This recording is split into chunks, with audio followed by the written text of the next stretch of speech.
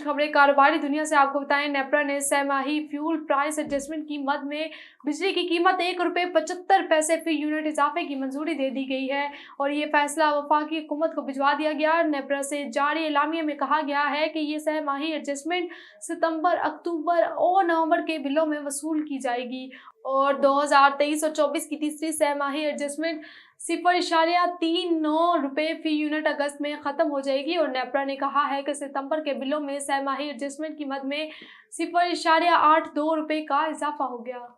और आपको बताएं, हुकूमत की मॉनेटरी पॉलिसी में ताजर को रिलीफ दिया जाए। सदर FPCCI आतिफ इकराम शेख के हमरा प्रेस कॉन्फ्रेंस करते हुए पैटर्न चीफ SM तनवीर का कहना था कि हुकूमत शरह सूद को नीचे लेकर आए, हुकूमत अवाम को सूद खोर माफिया से बचाए।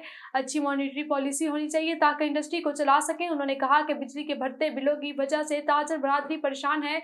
एनर्जी सेक्टर के लिए बनाई गई फोर्स दिन रात काम कर रही है।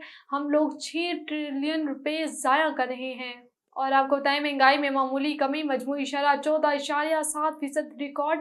अदारा शमारियात की रिपोर्ट के मुताबिक हालिया हफ्ते के दौरान महंगाई की शरह में 0.15% की कमी रिकॉर्ड की गई है, जिसके बाद सालाना बुनियादों पर महंगाई की मजमूई शरह 14.07% पर आ गई है। एक हफ्ते के दौरान 19 अशिया महंगी जबकि 13 अशिया की कीमतों में कमी रिकॉर्ड की गई।